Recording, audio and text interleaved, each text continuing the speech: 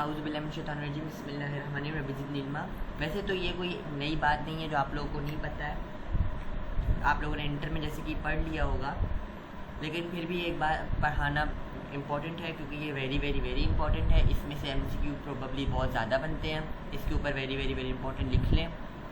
2 ही बनेंगे ज़्यादा से ज़्यादा, उससे ज़्यादा तो बनेंगे भी नहीं, लेकिन मतलब 2 नंबर ही बहुत इफ़ेक्ट करता है ना। MKT ले लें, उसका नाम मैंने क्यों लिया। The menstrual cycle is a complex physiological process और अगर बोलो occurs in reproductive age individual with uteruses, मतलब जो रिप्रोडक्टिव एज के जो इंडिविजुअल जिनके पास यूट्रस होता है उनमें होता है ना। फजूल यहाँ पे ये लिखा हुआ है।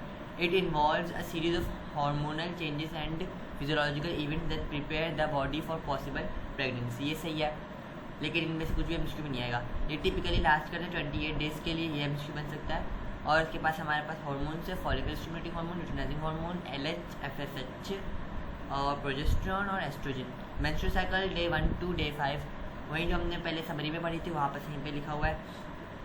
ब्लीडिंग होती है, डिस्चार्ज ऑफ ब्लड होता है, और डेब्रिस जो कि यूट्रस के से वेजाइना में जा रहा होता है, यूट्रस थ्रू वेजाइना जा रहा होता है। मेंस्ट्रुअल हमारे पास बॉडी में होता है केमिकली। अगर कोई फर्टिलाइजेशन नहीं होती है, प्रेगनेंसी नहीं होती है, तो मेंस्ट्रुएशन होती है।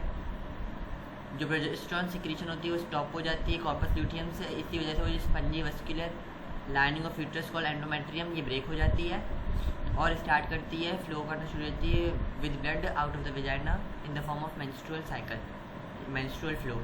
The first day of menstrual flow is taken as the beginning of menstrual cycle. 1 to 5 days में होता है।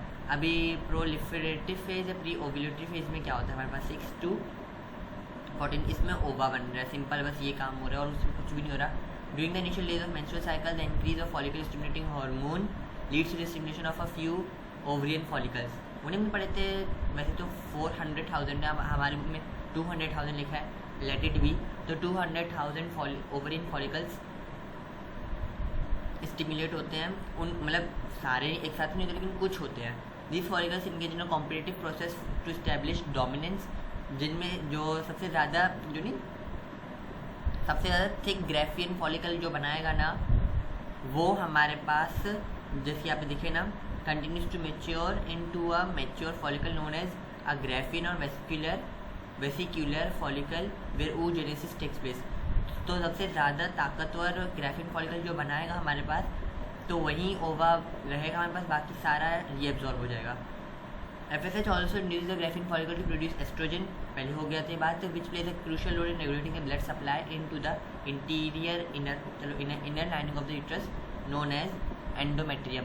रिजल्ट में क्या होता है, एंडोमेट्रियम लश करता है, लश मतलब उसका उर्दू में नहीं पता, दिमाग में मुँह में नहीं आ रहा है, लेकिन आप लोग लश का देख लीजिएगा, थिक हो जाता है और well supplied with blood vessels. Ordinarily cervical mucus is dense and adhesive, but increasing levels of estrogen cause it to become more fluid and transparent, forming pathway that assists the movement of sperm।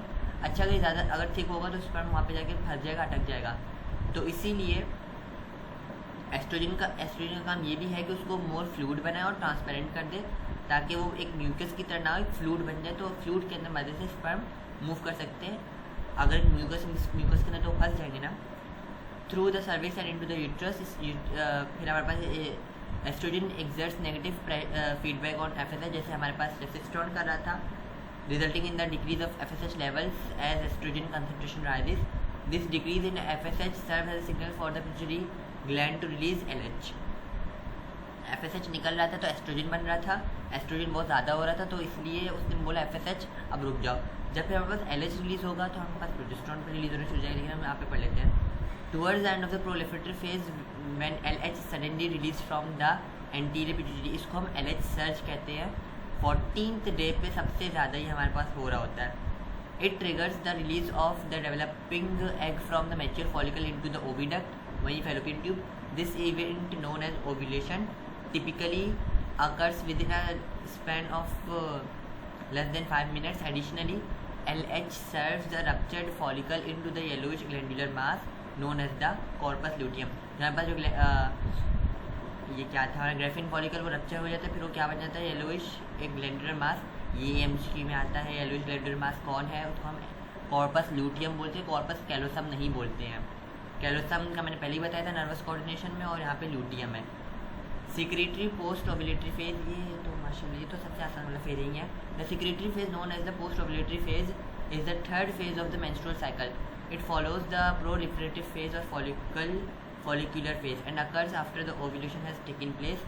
Ovulation जैसी हो जाती है फिर ये start हो जाता है। The secretory phase is primary regulated by the hormone progesterone which is produced by the corpus luteum, a temporary structure formed in the ovary after the release of an egg. During this phase the lining of uterus endometrium thick हो जाती है, prepare करती है possible pregnancy से, growth और development करवाती है। Blood vessels की glands of endometrium suitable environment fertilize egg to implant and develop into embryo के बाद जायगोट बनता है, ये बात याद रखिएगा। The glands in the endometrium also produce nutrients that support the early stages of pregnancy. अगर फर्टिलाइजेशन और इम्प्लांटेशन नहीं हुआ तो कॉर्पस ल्यूटियम वापस से रिप्रेस हो जाता है, फिर डिक्लाइन हो जाता है प्रोजेस्टेरोन लेवल के, फिर वापस से मेंस्ट्रुअल साइकिल की शुरुआत हो जाती है। लेकिन अगर फर्टिलाइजेशन हो गई तो ये ओविडक्ट से यूट्रस में आ जाती है। अगर ओविडक्ट में अगर वो इम्प्लांट हो गया तो उसको एक्टोपिया प्रेगनेंसी कहते हैं, और वो विद इन 1 to 2 months के बाद वो वापस से हो जाती है, क्योंकि फेलोपियन ट्यूब यूट्रस की तरह फैल नहीं सकता, बढ़ा नहीं सकता, वो फट सकता है, तो इसीलिए वो प्रेगनेंसी टर्मिनेट हो जाती है, अल्लाह माफ़ करे। The embryo then implants itself in the prepared endometrial lining of the uterus. The placenta, which is formed by both maternal and embryonic tissues, serve as a discoid organ, इसका मतलब बीच का organ, and facilitates the exchange of gases, nutrients between the fetal and maternal circulations। सही बात, इसका उर्दू नहीं बताऊंगा मैं। Initially the corpus luteum, a temporary structure formed in the ovary। corpus luteum जो कि ओवरी में जाता है आफ्टर ओव्यूलेशन, इस सिस्टम में ह्यूमन कोरियोनिक गोनाडोट्रोपिन जो कि प्लेसेंटा से बनता है ये रिलीज होता है। अगर ये ज़्यादा रिलीज़ हो रहा है तो जो बेबी जो फॉर्म हो रहा है वो लड़का होगा। अगर ये कम प्रोड्यूस हो रहा है तो मतलब ये प्रोड्यूस तो होगा ना, क्योंकि उसके बाद आएगा। फिर छोड़े, वापस से बता देता हूँ, इतना उसमें ना जाए। इनिशियली अभी आप लोग काम करेंगे, वापस से वर्डिंग एक बार पढ़ लेता हूँ। Initially the corpus luteum a temporary structure formed in the ovary after ovulation is sustain by, जो हो गया ये हमारे पास कॉर्पस ल्यूटियम जो ओवरी के बाद ये बनता है, फिर ये सस्टेन होती है human chorionic gonadotropin hormone produce by the placenta, placenta से ही बनता है। Later on the placenta takes over the production of progesterone and estrogen. शुरू के दिनों में ये HCG देख रहा होता है, फिर बाद में प्लेसेंटा टेक ओवर कर देता है production of progesterone and estrogen. उससे पहले कौन करता है? कॉर्पस ल्यूटियम करता है, उसके बाद कौन करेगा? हमारा ये प्लेसेंटा प्रोजेस्टेरोन में, एस्ट्रोजन में, और लेकिन एस्ट्रोजन ज़्यादा बना रहा है। Progesterone and estrogen have dual functions, inhibiting the activity of the anterior pituitary gland to prevent the maturation of new follicles and sustaining the endometrial lining of the uterus, thus eliminating the need for the corpus luteum। इसी वजह से फिर जब ये progesterone oestrogen होते हैं, ये pituitary gland को जाके बोलते हैं बस अब रुक जाओ, अभी नए फॉलिकल तुम्हें नहीं बनाने हैं, और एंडोमेट्रियम लाइनिंग को सस्टेन रखते हैं। इसी वजह से एलिमिनेट हो जाती है need for corpus luteum during pregnancy, menstruation ceases to occur. ये हो गया हमारे पास 0 day फर्टिलाइजेशन हुआ, जाइगोट बना डे 1 में, फर्स्ट क्लीवेज, ये तो हम पढ़ेंगे ना डेवलपमेंट एजिंग में। 2 सेकेंड स्टेज, 4 स्टेज, हमारे पास फिर 8, फिर 4, 5, 6, 7, 8, ये हमारे पास आके यूट्रस में इम्प्लांट हो गया। ठीक है, एक तो एपीब्लास्ट में, हाइपोब्लास्टिक ब्लास्टोसाइट ना, ये तो आपको पता होगा, लेकिन फिर भी हम आगे पढ़ लेंगे। एस्ट्रोजन प्रोजेस्टेरोन, वैसे आपको पता है डेवलपमेंट एंड एजिंग से ज़्यादा एमसीक्यू बनते नहीं है, लेकिन हम फिर भी एजिंग से फिर भी बन जाते हैं। डेवलपमेंट तो ना, वो डेवलपमेंट में एग्स को पूछ लेते हैं कि कौन सा क्या है। Estrogen and progesterone, the hormones estrogen and progesterone play a crucial role in the proper development and functioning of the female reproductive system as well as the manifestation of the secondary sexual characteristics. सबसे पहला काम हमारा oestrogen का है।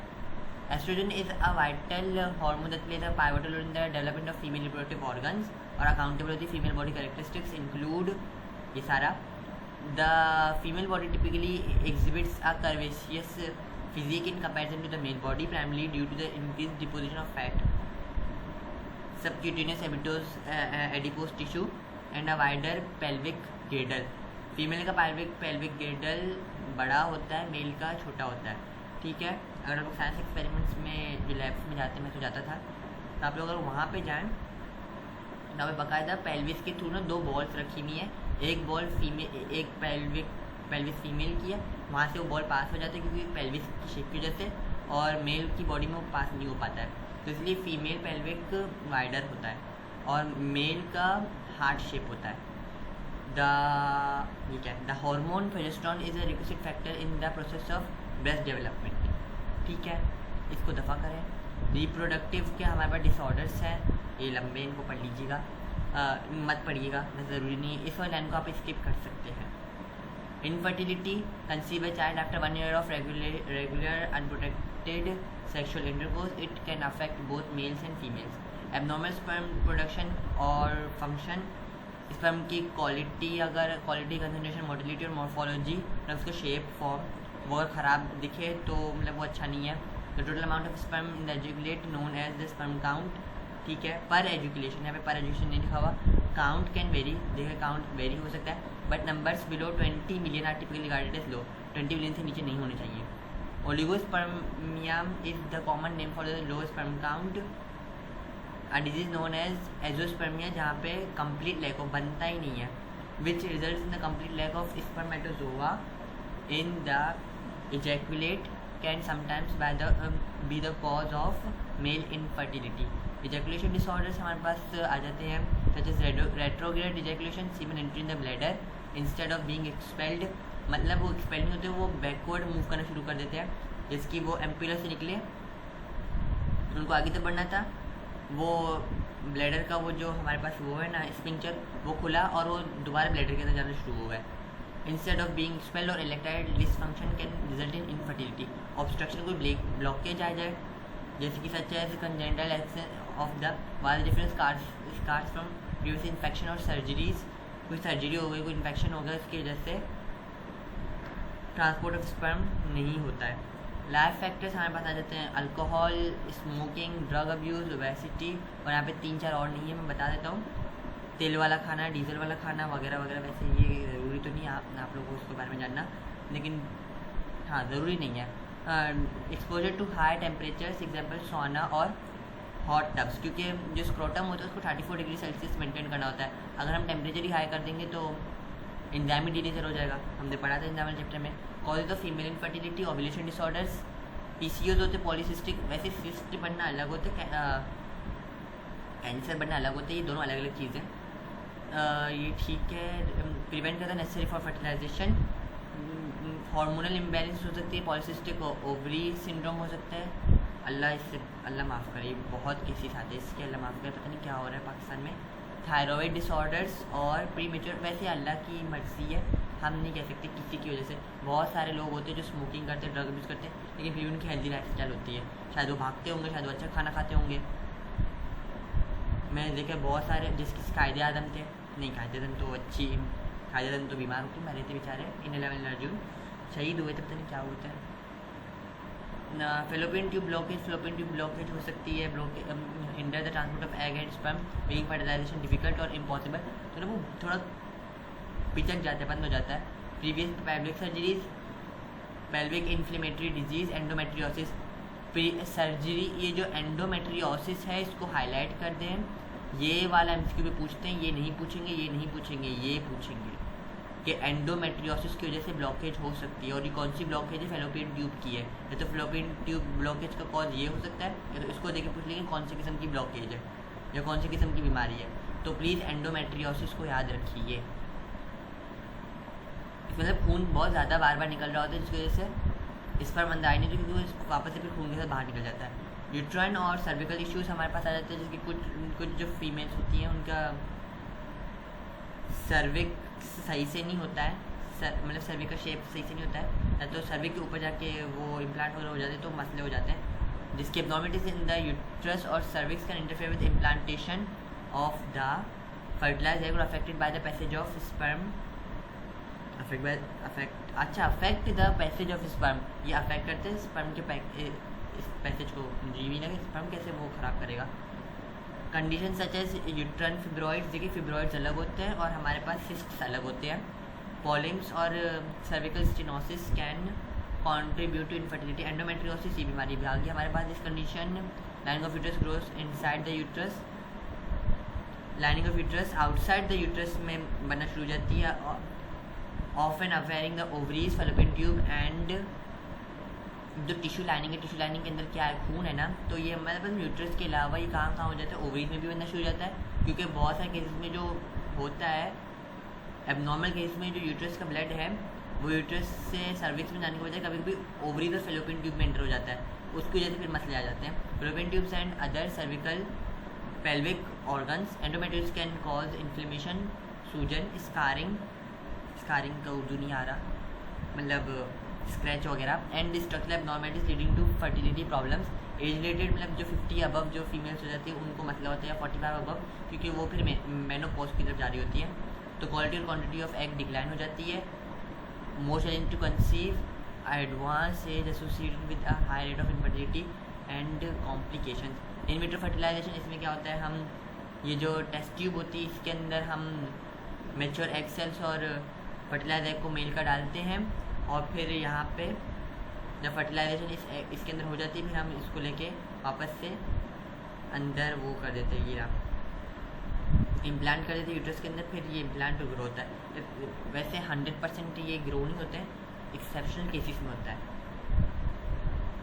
Miscarriage, loss of pregnancy before 20 weeks of gestation, जिसके कुछ heavy उठा लिया, नहीं बोलते फर्स्ट ट्राइमेस्टर में कुछ हैवी नहीं उठाना चाहिए, ज़्यादा चलना नहीं चाहिए, लेटना चाहिए, लेकिन जो ससुराल वाले होते हैं वो तो जीने ही हराम कर दे, जिसकी वजह से फिर मिसकैरेजेस हो जाते हैं। Pregnancy loss occurs when the fetus stop developing, अच्छा है मैं पढ़ रहा हूँ, stop developing the pregnant tissues can eventually leave the body.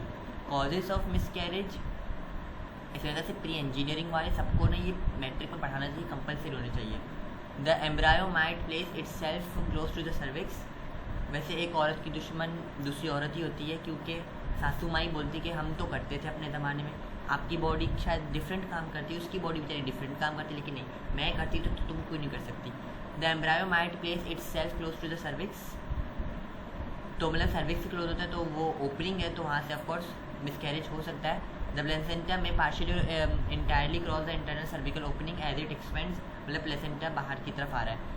The area of the placenta over the, क्योंकि जब प्रेगनेंसी आगे बढ़ती है तो सर्विक्स जो होता है वो फैलना शुरू हो जाता है, ताकि जब डिलीवरी का टाइम है तो जो हेड है वो आराम से पास हो सके। Cervical opening may tear and bleeding may happen when the uterus extends as the embryo and placenta continues to grow. Second, a hemorrhage caused by the normal position of the placenta can cause it to separate from the uterine wall. Hemorrhage हो गया, खून बह रहा है तो वो separate हो सकते हैं uterine wall से। Both of these situations put the mother's life in danger and have the potential to cause miscarriage. Abortion ज़बरदस्ती करवाना होता है, deliberate termination, और miscarriage अनइंटेंडेड होता है, मतलब अपने आप हो सकता है, यूट्रस की वजह से हो सकता है, प्लेसेंटा यूट्रस में माँ का कोई ताल्लुक नहीं होता, लेकिन अबॉर्शन डेलिबरेटली खुद करना ऐसा ज़रूरी नहीं है कि वो नहीं होता, लेकिन under pregnancy of the mother child, जिसके हमारे पास हमने वो पढ़ा था वाला चैप्टर जिसके अंदर रीसस मंकी वाला फैक्टर आ जाता है, पॉजिटिव वाला नेगेटिव वाला, तो उसकी वजह से भी कभी कभी अबॉर्शन करना पड़ती है कि बच्चे की सेहत के ऊपर कोई प्रॉब्लम ना आ जाए, इसलिए कुछ लोग उल्टा ले लेते हैं। गोनोरिया, ये एमसीक्यू में आता है, निजेरिया गोनोरिया, उनको पता नहीं क्यों इतनी मोहब्बत है। रिप्रोडक्टिव सिस्टम में ये हो जाता है ये बीमारी। कॉजेस हैं हमारे पास sexual contact usually through genital और oral contact with an infected person, bacteria can infect the genital tract, mouth, throat and rectum, ये वैसे ट्रीट हो सकता है, तो डोंट वरी अबाउट इट, लेकिन अगर स्टेज बढ़ रही है तो नहीं हो सकता।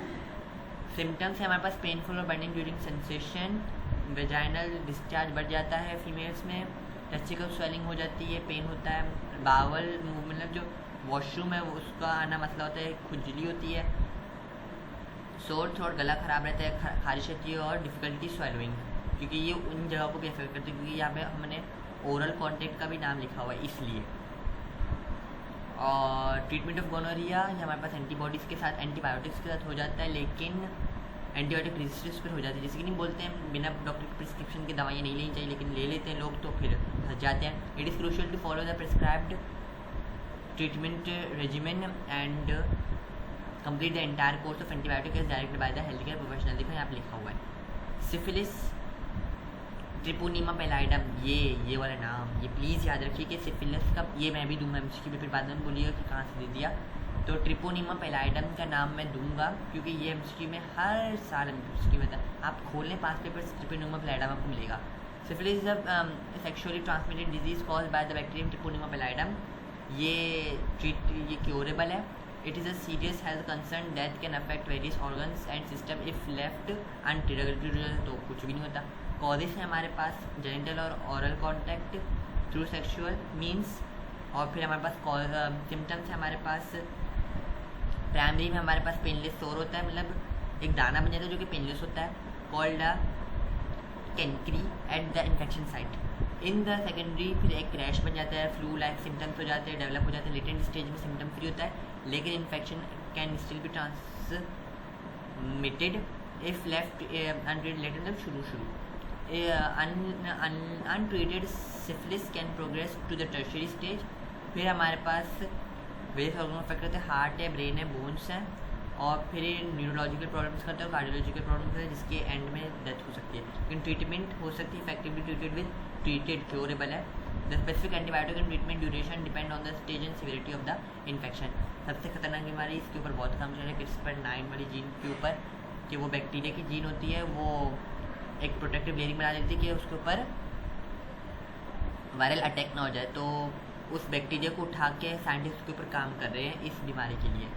तो हमारे पास ह्यूमन इम्यूनो डेफिशिएंसी वायरस है, ये हमने उसमें भी पढ़ा था क्या था वो आज सीरियल लाइफ में। एड्स हमारे पास ग्लोबल स्केल पे है, epidemic, millions of people, HIV से वो है। ये हमारे पास सब सहारन मनहूस अफ्रीका से आई ये बीमारी, क्योंकि वो लोग अजीबोगरीब चीज़ें खाते हैं। फिर हमारे पास इसमें और कोई ऐसी चीज़ नहीं जैसे कि हम पढ़ें। फिर हमारे ये इन राजून बोल रहा हूँ, ये चैप्टर हम